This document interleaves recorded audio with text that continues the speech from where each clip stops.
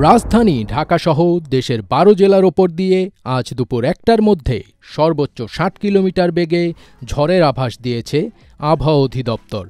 একই সঙ্গে এই সময়ে বজ্রবৃষ্টিও হতে পারে বলে জানানো হয়েছে।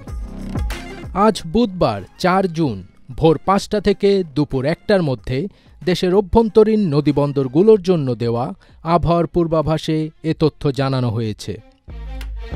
আবহাওয়াবিদ এ.কে.এম. নাজমুল হক স্বাক্ষরিত বিজ্ঞপ্তিতে বলা হয়েছে, ঢাকা, ফরিদপুর, মাদারীপুর, খুলনা, বরিশাল, পটুয়াখালী, নোয়াখালী, কুমিল্লা, চট্টগ্রাম, কক্সবাজার, ময়মনসিংহ এবং সিলেট অঞ্চলের ওপর দিয়ে পশ্চিম অথবা উত্তর-পশ্চিম দিক থেকে ঘণ্টায় সর্বোচ্চ ৪৫ থেকে ৬০ কিলোমিটার বেগে অস্থায়ীভাবে ঝোড়ো হাওয়া সহ বজ্রবৃষ্টি হতে পারে। এসব এলাকার নৌবন্দরগুলোকে ১ নম্বর সতর্ক সংকেত দেখাতে বলা হয়েছে। এদিকে সারা দেশের জন্য দেওয়া ১২০ ঘণ্টার পূর্বাভাসে বলা হয়েছে, সিলেট বিভাগের অনেক জায়গায়, রংপুর, ময়মনসিংহ, ঢাকা, বরিশাল ও চট্টগ্রাম বিভাগের কিছু কিছু জায়গায় এবং রাজশাহী ও খুলনা বিভাগের দু-এক জায়গায় অস্থায়ীভাবে দমকা হাওয়া সহ হালকা থেকে মাঝারি ধরনের বজ্রবৃষ্টি হতে পারে। সে সঙ্গে সিলেট বিভাগের কোথাও কোথাও মাঝারি থেকে ভারী বর্ষণও হতে পারে বলে জানিয়েছে আবহাওয়া অধিদপ্তর।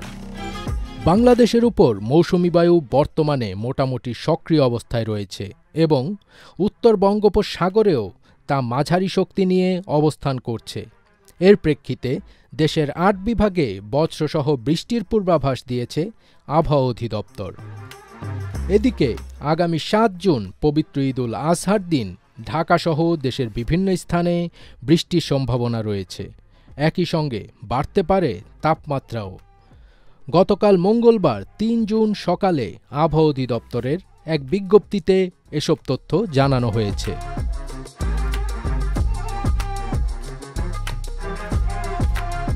ফাজবির তাজ, এটিএন বাংলা।